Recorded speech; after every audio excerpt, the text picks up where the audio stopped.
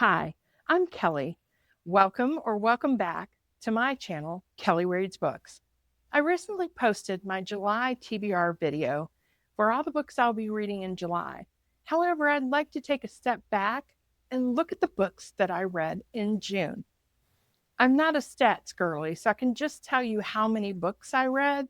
I read 9 books, which is a little off the mark of what I normally read, but a couple of them were big honkers.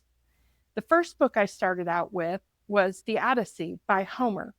I'm reading this for the Read Well podcast book club. The Read Well podcast encourages you to read slowly, take notes, and apply the ideas.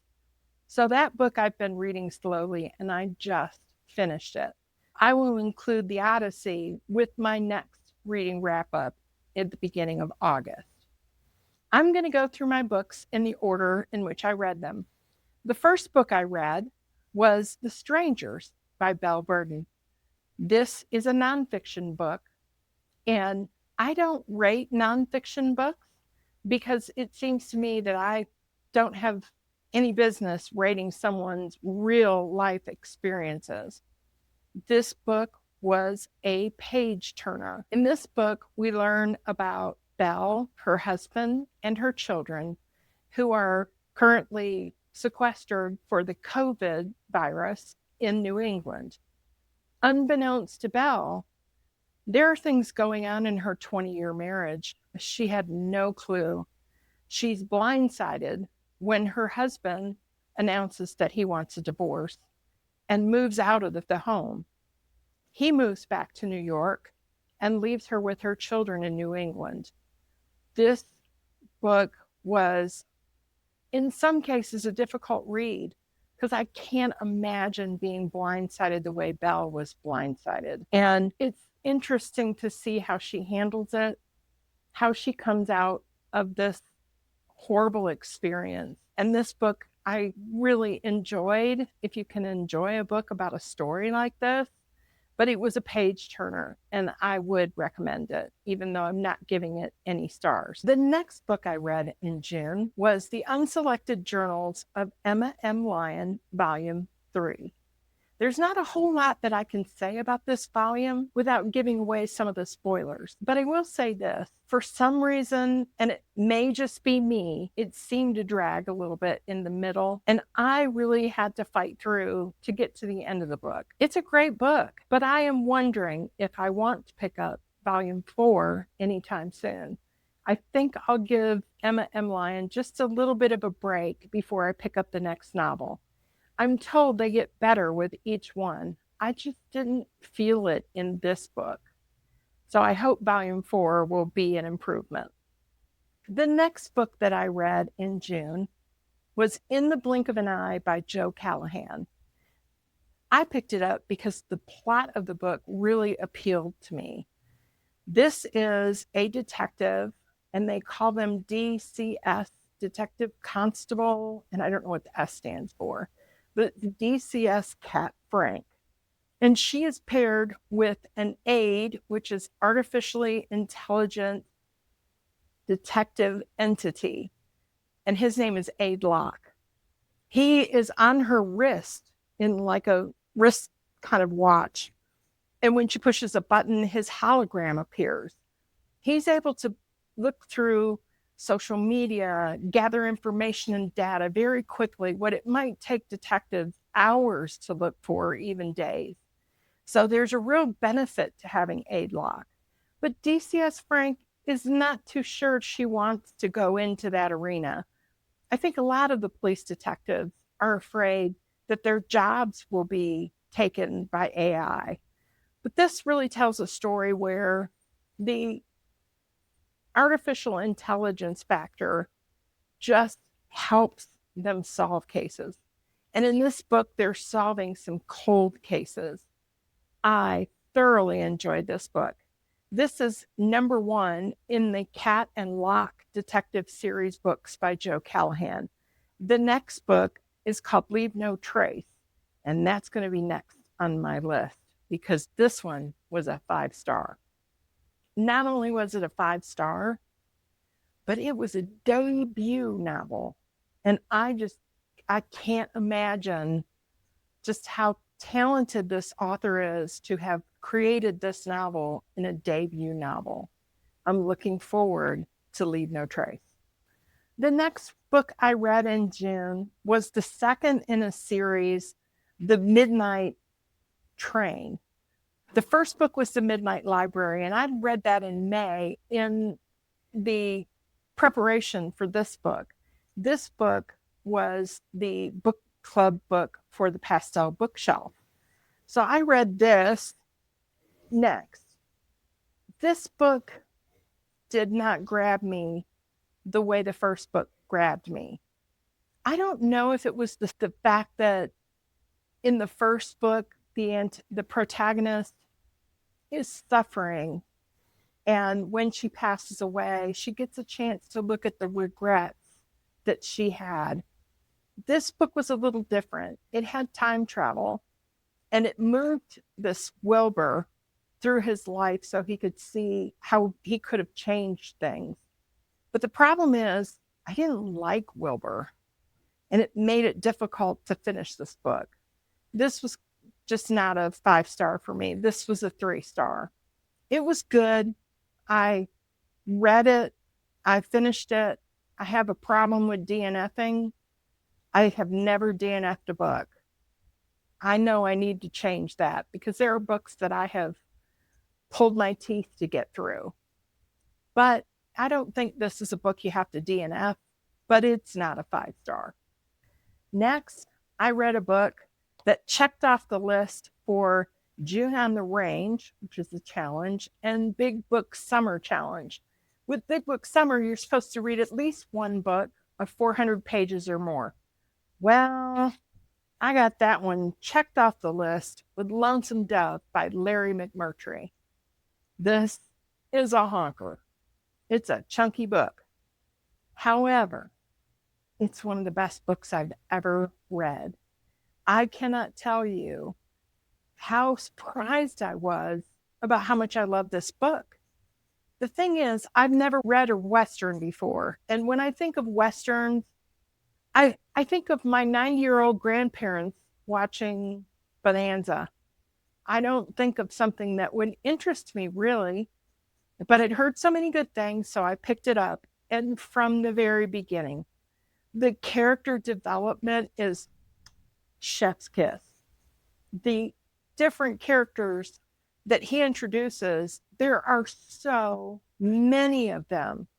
However, where in some books I kind of get lost on who's who and I'm having to flip back and look at what's what, with this book, they are so keenly developed, they're multi-layered, and you really get to know who these characters are. It's exciting. They are pushing cattle up to Montana. There are prostitutes. There are cowboys. There are gunslingers. The two main characters are former Texas Rangers. And the next book in this series is Streets of Laredo, which takes a step back to show them when they were younger. And I've got to pick up that book. But it's also a chunker. So I don't know how quickly I'll pick up Streets of Laredo, but this book was wonderful. 5 stars. I cannot recommend it enough. If you don't think you'll like a Western, think again, because this book is so character-driven. Saga is so unbelievable. It's just an incredible book. My hat goes off to Larry McMurtry, and I can't wait to read more of his back catalog. I read typically 2 to 3 books at a time. And there are people who say, hey, Kelly, how in the world can you read 2 to 3 books at a time? But I look at it kind of like a television show. You can watch one television show, switch gears, and start watching something else, and go back to what you were watching and watch more episodes of that particular show. And it's like that with me for books. Lonesome Dove was so long. Great, great book. But that was the largest book I've ever read. So in between, I was reading Beach Read by Emily Henry. This book follows Gus Everett and January Andrews. who are both writers. He is a writer of, I think, if I remember correctly, thrillers, and she is a romance writer. One of the blurbs on the book said, while he while she pens a happily ever after, he kills off the whole cast. So they get together, they meet up, and they have known each other in the past, but they meet up again at these cottages in Michigan, which I'm originally from Michigan, so I love this storyline. They meet up, and she's got writer's block, and he's got writer's block. So they make a deal with each other. You write the romance book, Gus, and I'll write the thriller. I loved this book. It was a 4.5 for me. I really enjoyed the romance. I enjoyed the banter. I understand why Emily Henry has such a great name and so many people like to read her books. I really read through this quickly and enjoyed the break between Lonesome Dove and reading this book. But this was a great read. The next book I read very quickly was James by Percival Everett. You see, I worked for a large law firm, and for June 19th, in celebration of that holiday, we had a Zoom call with Percival Everett. And he went over his thinking in crafting this book, which is a retelling of the Huckleberry Finn story. But in this, Jim is James, and he has much more dignity. He's intelligent. He's able to read and write. All the things that in Huckleberry Finn, we had the opinion, the point of view of a young kid raised in racism. This gives us a more dignified look at James. The ability to speak with the author was, unbelievable. The one thing that I did ask him myself, I wanted to know what book he would recommend of his that I could read next. The funny thing was he said, it's like telling you my favorite child. And then he said, well, I would start on The Trees, which is one of my most recent books. So this was really neat. I read this in 2 days. Part of it was I wanted to read it before the Zoom call, and I didn't get it until the 2 days before the Zoom call. So I read this really quickly, but it really touched my heart. I really loved the retelling of Huckleberry Finn. Some stories don't need to be retold, but this one did. And I gave it 4.5 stars. The next book I read was The Collected Regrets of Clover by Mickey Brammer. I loved this book. I love an older character, main character. She's older, but she's a death doula. I only found out what a death doula was not too long ago. This is a person who assists the transition of someone who's dying. Like a birth doula, bringing someone in the world, the death doula helps to bring someone to their transition. This book showed how this woman was so lonely. Her parents died yet when she was young. Her grandfather took her in, but he wasn't real physically demonstrative.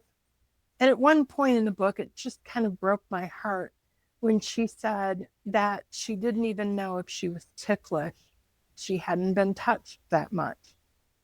So this was a tearjerker in a couple of places, but it was really great to see her grow and change and have people come into her life that made her life different from where we begin in the beginning.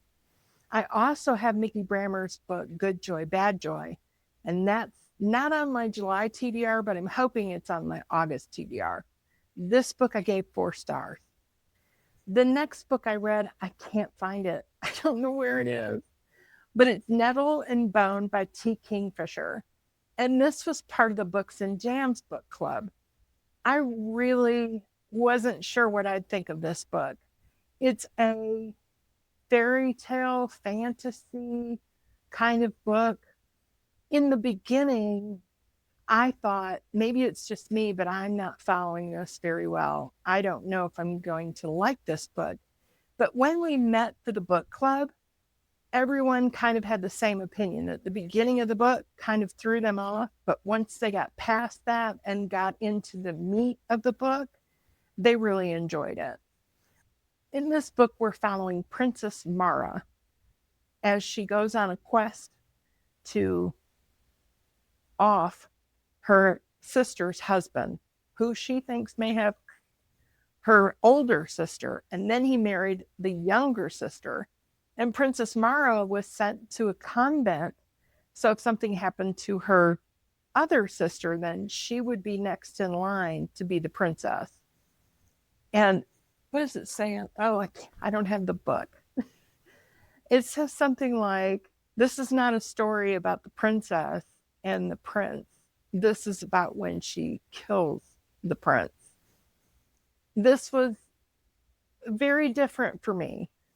I don't read fantasy. I really enjoyed her writing, so I have picked up her book Swordheart. I'm told that is a really good book, and it was a recommendation at the book club of another book that I could read of hers. So that's what I'm going to pick that up hopefully in August as well. I've got a large TBR cart to get through. The next book I read, the last book of the month, was The Silent Patient by Alex Michaelides, I think is how you say his name. This follows the story of Alicia Berenson. She's a famous painter. She's married to Gabriel, a famous photographer. And one night, he gets home and she shoots him 5 times in the face.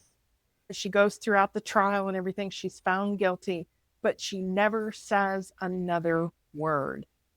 And this follows Theo Faber, who is a psychiatrist, and he comes in to hopefully get her talking at the facility. I did not see the twist in this coming. It really blew me away. And I gave this a 4.75. Awesome book, great thriller. I highly recommend it. And I want to share one last thing for you for the month of June. I actually purchased this. This is Kelly Hughes Book Reviews, and this is wood. I got this on Etsy, and it came from the Ukraine, from a woman in the Ukraine who was really great to work with. It's a book review journal, and it actually comes with the book review pages. I'll just show you real quick. It's got like the book review and the notes. And this was just such a neat find, and it's so well done that I wanted to share this with you. So that's a wrap up for my June 2026 reads. I hope you'll come back at the beginning of August so I can give you my July TBR jar pulls and how those books went for me. If you enjoyed my video, please like and subscribe. And if you made it this far in the video, leave me a book emoji in the comments below. Thank you. I hope to see you next time.